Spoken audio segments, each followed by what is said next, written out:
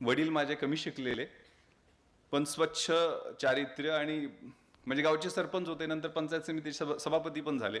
मोडीतनं पत्र लिहायचे, मोडीतनं सही करायचे, पत्र मराठीत मोडक्या तोडक्या लिहायचे.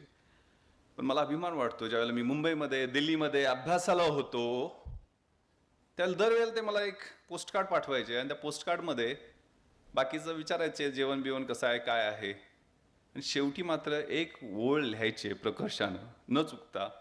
मला गावात प्रेमानं भावड्या म्हणतात की भावड्या तुला लाल दिव्याच्या गाडीत आलेलं मला पाहायचं आहे. त्या कमी शिकलेल्या माझ्या बापासाठी कदाचित मी अभ्यास केला असेल.